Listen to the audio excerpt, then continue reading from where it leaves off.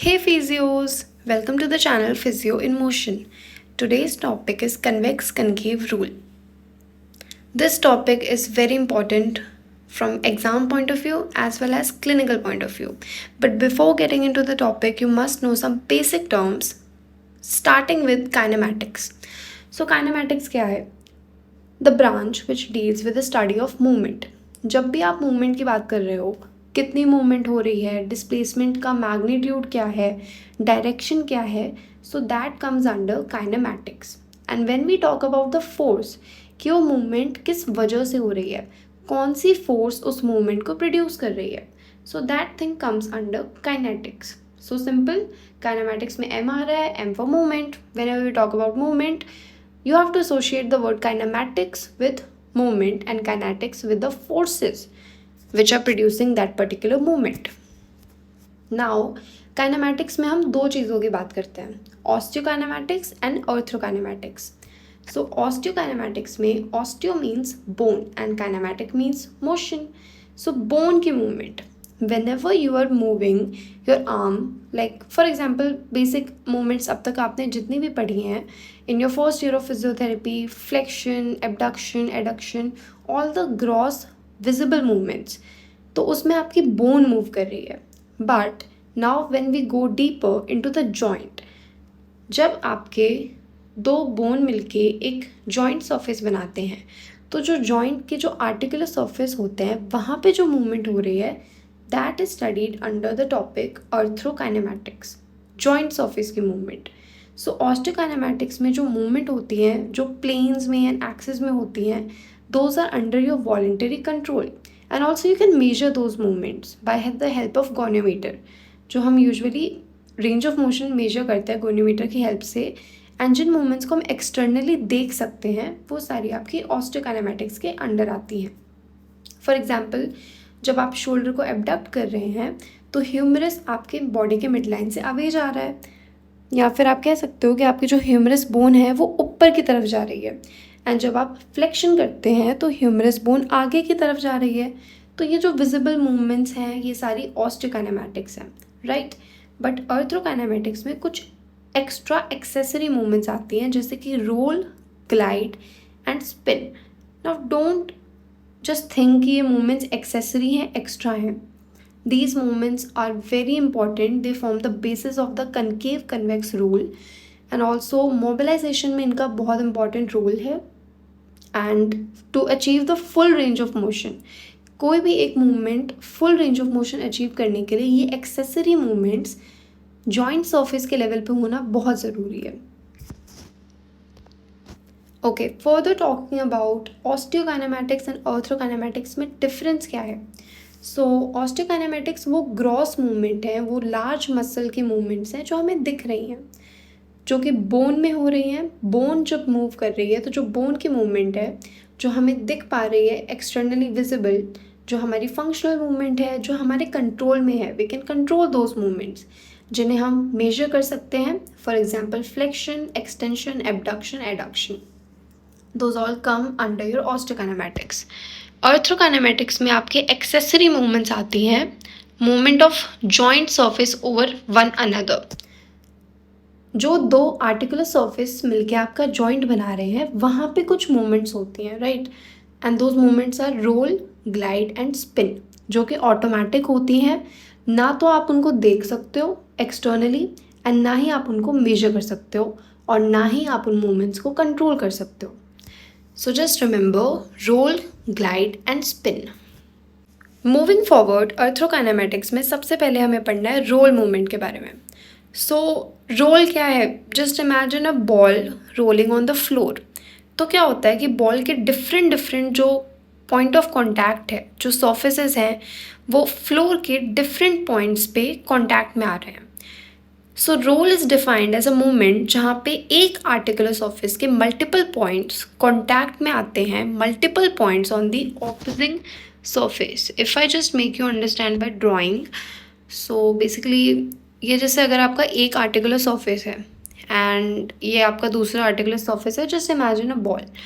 तो अगर ये बॉल का एक पॉइंट है जो कि अभी आर्टिकुलर सरफेस के इस पॉइंट के साथ कांटेक्ट में है, पर जैसे जैसे बॉल आगे रोल करेगी तो ये वाला पॉइंट आपका ऊपर चला जाएगा एंड दूसरा पॉइंट आपके दूसरे सरफेस के साथ कांटेक्ट में आएगा, राइट।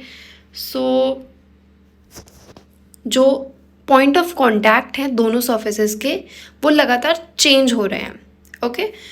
एंड नॉर्मल रोलिंग में क्या होता है, हमेशा रोल के साथ कुछ अमाउंट ऑफ ग्लाइड भी होगा ताकि जॉइंट की कॉन्ग्रुएंसी मेंटेन रहे। ह्यूमन बॉडी में हमेशा रोलिंग और स्लाइडिंग साथ साथ ही होती है, glide and slide are one and the same thing, right. Pure rolling जो होती है उसमें हम कहते हैं कि सिर्फ रोलिंग हो रही है, साथ में कोई ग्लाइड हो ही नहीं रहा, जो कि जिसके लिए कंडीशन है कि जो तो दो सर्फेसेस है ना वो प्रॉपर कॉन्ग्रुएंट होने चाहिए। That is very rare in human body.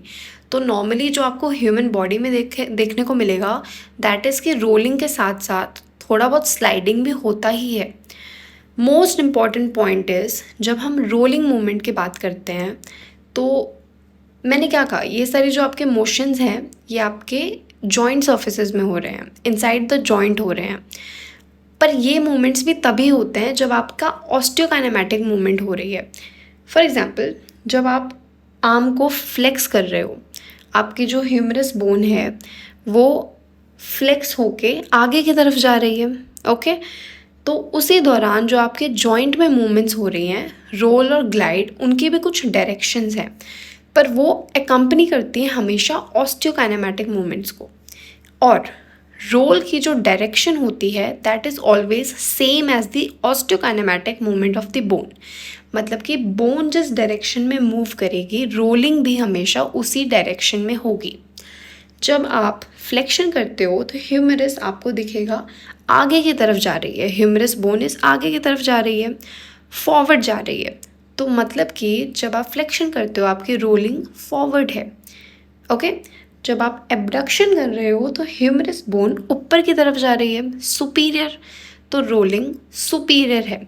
मतलब कि रोलिंग की डायरेक्शन के लिए आपको बस ये देखना है कि बोन की मूवमेंट की डायरेक्शन क्या है, ऑस्टियोकाइनेमैटिक मूवमेंट किस डायरेक्शन में हो रही है, उससे आपको जो आपकी रोलिंग है उसकी डायरेक्शन मिल जाएगी।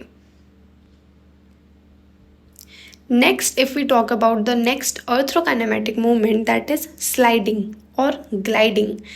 तो स्लाइडिंग ग्लाइडिंग क्या होती है, इसमें ये आपकी ऐसी मूवमेंट है जिसमें जो एक आर्टिकुलर सरफेस है उसका एक सिंगल पॉइंट मल्टीपल पॉइंट के कांटेक्ट में आता है of the opposing articular surface. जैसे कि अगर एक आर्टिकुलर सरफेस ये फ्लोर था और एक ये बॉल थी, पर अब ये बॉल रोल नहीं करेगी, स्लाइड करेगी। मतलब कि इसका पॉइंट हमने फिक्स कर दिया और पॉइंट किसका चेंज होगा, मल्टीपल पॉइंट्स आपके फ्लोर के साथ। आपके जो फ्लोर के मल्टीपल पॉइंट्स हैं वो बॉल के एक ही पॉइंट के साथ कांटेक्ट में रहेंगे, तब हम कहेंगे ना कि वो बॉल आपकी स्लाइड कर रही है या फिर ग्लाइड कर रही है। So the same point on the moving surface, जो बॉल मूविंग सरफेस है उसका सेम पॉइंट कांटेक्ट में आ रहा है डिफरेंट पॉइंट्स के साथ जो स्टेशनरी सरफेस है। फॉर एग्जांपल जो हमने फ्लोर वाला एग्जांपल लिया है, फ्लोर एंड बॉल वाला। So this maintains joint congruency and जैसा कि हमने कहा कि ग्लाइडिंग हमेशा रोलिंग के साथ होती ही है। अब रोल की तो डायरेक्शन वही थी जो कि बोन की डायरेक्शन है, जो आपकी मूविंग बोन है उसकी जो डायरेक्शन है रोलिंग भी उसी डायरेक्शन में होगी, पर ग्लाइडिंग की direction is defined by concave convex rule. Next arthrokinematic movement is spin. So spin is the ball is spinning on the floor. So ball का एक सिंगल पॉइंट कॉन्टैक्ट में रहता है on the single point of the opposing articular surface. मतलब यहाँ पे किसी भी सरफेस के पॉइंट्स डिफरेंट चेंज नहीं हो रहे हैं, पॉइंट्स फिक्स हो गए हैं। So when the bone rotates around single fix point या फिर एक्सिस विदाउट रोल और glide that is called spin. Usually ये रोटेटिंग मूवमेंट्स में होता है। Now next moving towards the concept of concave convex rule. तो इसे हम कैसे अप्लाई करते हैं, क्या स्टेप्स होते हैं। So first of all you need to identify कि रोल और ग्लाइड क्या है और वो किस डायरेक्शन में हो रहा है। सो द फर्स्ट पॉइंट वही बात है फर्स्ट पॉइंट की कि सबसे पहले मूविंग बोन को आइडेंटिफाई करो और जॉइंट सरफेस को आइडेंटिफाई करो। देखो, जो भी हमारा जॉइंट बना होता है वो दो या फिर दो से ज़्यादा बोन्स का बना होता है। बहुत सिंपल सा एग्जांपल लेते हैं शोल्डर जॉइंट का। शोल्डर जॉइंट आपका ग्लिनोइड कैविटी एंड जो ह्यूमरल हेड है उससे बना होता है। तो इसमें मूविंग सरफेस क्या है? अगर आपकी ह्यूमरस बोन मूव कर रही है तो मूविंग सरफेस ह्यूमरस है, राइट? तो आपको वो आइडेंटिफाई करना है कि मूविंग बोन क्या है। उसके बाद आपको उसकी शेप देखनी है। तो ये सब चीज़ें फिक्स हैं कि ह्यूमरल हेड आपका कन्वेक्स होता है एंड जो ग्लेनॉइड कैविटी है वो कनकेव होती है। So convex surface is basically curved outward. Outward में ये कर्व्ड होता है and glenoid cavity is your concave. So this is your head and this is your glenoid cavity. So glenoid cavity is basically concave and humeral head is convex. Then आपको observe करना है direction of the bone movement and must important चीज़ जो आपको याद रखनी है कि रोलिंग हमेशा सेम डायरेक्शन में होगी एज द बोन मूवमेंट। जैसे कि अगेन शोल्डर का एग्जांपल लें तो अगर आपका ह्यूमरस जो है वो आगे जा रहा है फॉरवर्ड एज इन फ्लेक्शन में तो एंटीरियर रोल करेगा। जब आगे जा रहे हैं तो एंटीरियर रोलिंग होगी, पीछे जा रहे हैं तो पोस्टीरियर रोलिंग होगी। सो बोन की मूवमेंट बस ऑब्जर्व कर लो, उससे आपको रोलिंग पता चल जाएगी because rolling always occurs in the same direction as bone movement. Next is the convex concave rule. तो रोलिंग की डायरेक्शन तो हमें पता है। So this rule is majorly used to find out the direction of the glide और sliding कि वो किस डायरेक्शन में हो रही है। सो सिंपली आपको एक चीज़ याद रखनी है कि जब मूवमेंट हो रही है दो सरफेसेस के बीच में तो अगर जो मूविंग सरफेस है वो कन्वेक्स है और वो कनकेव सरफेस पे मूव कर रहा है, जैसे कि शोल्डर जॉइंट में। शोल्डर जॉइंट में जब आपका जो ह्यूमरल हेड है वो कन्वेक्स है एंड ग्लेनॉइड कैविटी कनकेव है, यानी कि convex surface is moving on concave surface, तो जो रोल और ग्लाइड होगा वो ऑपोजिट डायरेक्शन में होगा। फॉर इंस्टेंस अगर रोलिंग एंटीरियर हो रही थी, जब मैंने शोल्डर फ्लेक्शन करा तो जो मेरी ह्यूमरस बोन है वो आगे जा रही है फॉरवर्ड। फॉरवर्ड का मतलब है मैंने बोन का डायरेक्शन देखा कि बोन आगे जा रही है फॉरवर्ड, मतलब कि मेरी रोलिंग एंटीरियर है, रोल आगे हो रही है because rolling is always in the direction of bone की मूवमेंट, राइट? तो अब मुझे पता चल गया कि रोलिंग मेरी एंटीरियर है। But according to this rule यहाँ पे जो मेरा ह्यूमरल हेड है वो कन्वेक्स सरफेस है एंड ग्लेनॉइड कैविटी कनकेव है। So convex surface is moving on the concave surface. तो जो रोलिंग मेरी एंटीरियर हो रही थी तो ग्लाइड मेरी पोस्टीरियर होगी। नेक्स्ट एग्जाम्पल भी आप इसी से समझ सकते हैं कि जब रोल सुपीरियर होगा, now you need to find out कि सुपीरियर रोलिंग किस मूवमेंट में होगी। सो जस्ट थिंक कि सुपीरियर रोल किस बोन के मूवमेंट में हो सकता है। जब आप शोल्डर एबडक्शन करते हो तो ह्यूमरस की डायरेक्शन क्या है? ह्यूमरस ऊपर की तरफ जा रही है। शोल्डर एबडक्शन करा नीचे से ऊपर, right, away from the mid line, तो ह्यूमरस बोन की मूवमेंट ऊपर की साइड है, मतलब कि रोलिंग सुपीरियर है। Superior means up. तो अकॉर्डिंग टू दिस रूल कि जब कन्वेक्स सरफेस कनकेव पे मूव कर रहा है तो glide will be opposite to rolling, so the glide will be inferior. And the next rule is concave on convex rule, which is exact opposite कि जब concave surface moving होता है convex surface पे तो रोल और glide same direction में होते हैं। इसका क्लासिक एग्जाम्पल है नी में। नी में जो आपके फेमोरल कॉन्डाइल्स हैं वो कन्वेक्स हैं एंड जो टिबियल प्लेट्यूज हैं वो कनकेव हैं। And when the tibia is the moving surface, मतलब कि टिबिया मूव करता है फिक्स्ड फीमर पर, राइट, तो the concave surface is moving on the convex surface. So roll और ग्लाइड सेम डायरेक्शन में होंगे, ये आपको याद रखना है। रोलिंग के direction you can easily remember bone की मूवमेंट देख के। सो जब आप नी को एक्सटेंड करते हो तो आपकी बोन ऊपर की तरफ आती है, या फिर एंटीरियर रोल, सो ग्लाइड भी एंटीरियर ही होगा। एंड जब आप नी को फ्लेक्स करते हो तो बोन आपकी पीछे की तरफ जा रही है, पोस्टीरियर रोल, तो ग्लाइड भी आपका पोस्टीरियर ही होगा। So just have to remember that when concave surface moves on convex one, roll and glide will occur in the same direction. So what is the clinical significance behind this topic? So it determines correct direction of joint mobilization. जब भी joint में movement restricted होती है, we give mobilization. तो mobilization की क्या direction देनी है वो इस रूल के हिसाब से हम डिसाइड करते हैं। एक्सेसरी मूवमेंट्स रिस्टोर करना बहुत एसेंशियल होता है ताकि full range of motion achieve हो। तो अगर जो आपके जॉइंट सर्फेसिस में मूवमेंट हो रही हैं, रोल, ग्लाइड, एक्सेसरी मूवमेंट्स जो हैं वो अगर लॉस्ट हैं तो it will not be possible to achieve the full range of motion. In selecting the appropriate mobilization glide, this concept is very important. For example अगर एक पेशेंट है उसका शोल्डर एबडक्शन रेस्ट्रिक्ट हो रखा है, नाउ वी नो कि जब shoulder abduct होता है तो रोलिंग सुपीरियर होती है, and since the humeral head is convex and it's moving on the concave surface, तो roll and glide will be in opposite direction. तो मोबिलाइजेशन देते टाइम जो हम ग्लाइड्स देते हैं वो हम इन्फीरियरली देंगे अगर range of motion shoulder abduction की रिस्ट्रिक्टेड है और हमें एम करना है कि शोल्डर एबडक्शन की रेंज ऑफ मोशन बढ़े, तो हम ग्लाइड इन्फीरियरली देंगे। So this topic will be correlated in your mobilization topic and also in many other things. This topic is very useful.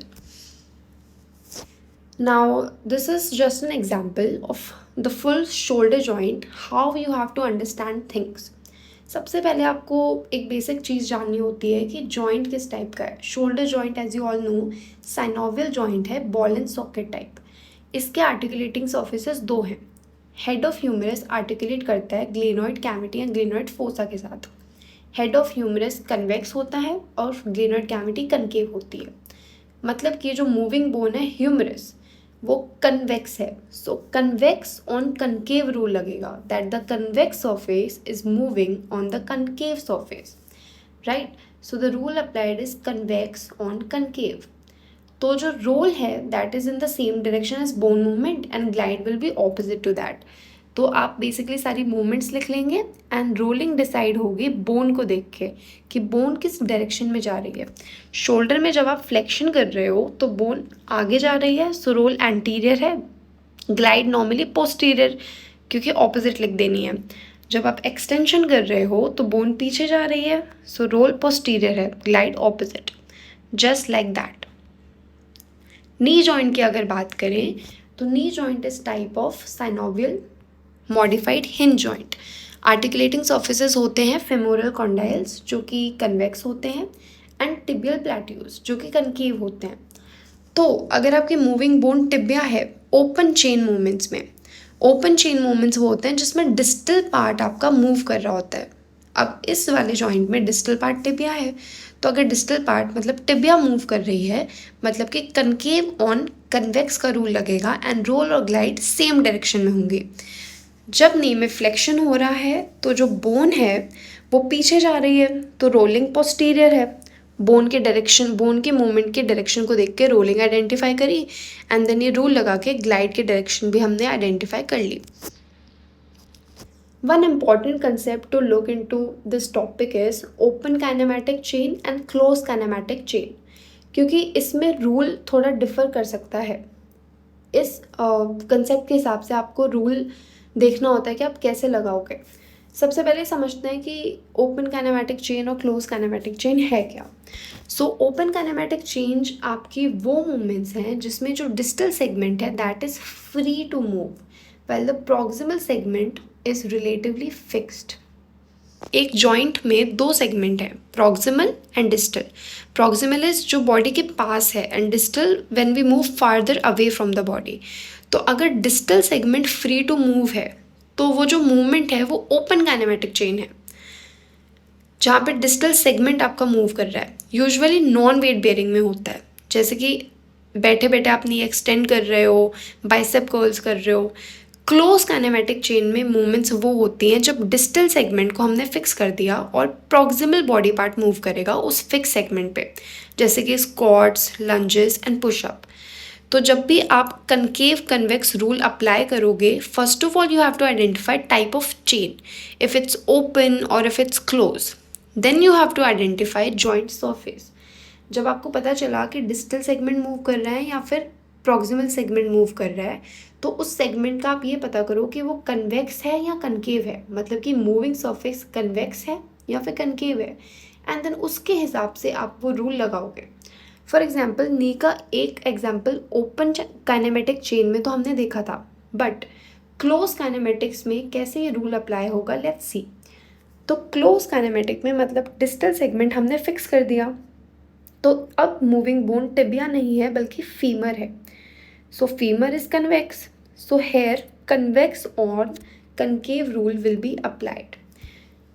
In the previous example, we have seen that when the moving bone was tibia during open chain kinematic motion, क्योंकि open chain में distal segment move करता है, तो तब tibia moving bone थी, क्योंकि distal segment move करता है and tibia is concave. So the rule applied was concave on convex and that's why roll और glide same direction में होती। बट यहाँ पे जब मूविंग बोन फीमर हो गई है, क्योंकि डिस्टल पार्ट हमने फिक्स कर दिया है। नी जॉइंट में दो बोन्स हैं, फीमर एंड टिबिया, राइट। तो टिबिया को जो फिक्स कर दिया, तो फीमर मूव कर रही है टिबिया पे and femur is convex, so the rule applied will be convex on concave. And convex on concave rule says that when a convex surface is moving on concave surface, roll and glide will be in opposite direction. So यहाँ पे बस चीज़ें थोड़ी modify हो जाती हैं on the basis of if it's close kinematic chain और open kinematic chain. So you just have to remember these 3 steps. इस टॉपिक का काफ़ी ज़्यादा सिग्निफिकेंस है मेटलैंड मोबिलाइजेशन में। आई होप आप सभी को ये टॉपिक समझ में आया हो। Thanks for watching.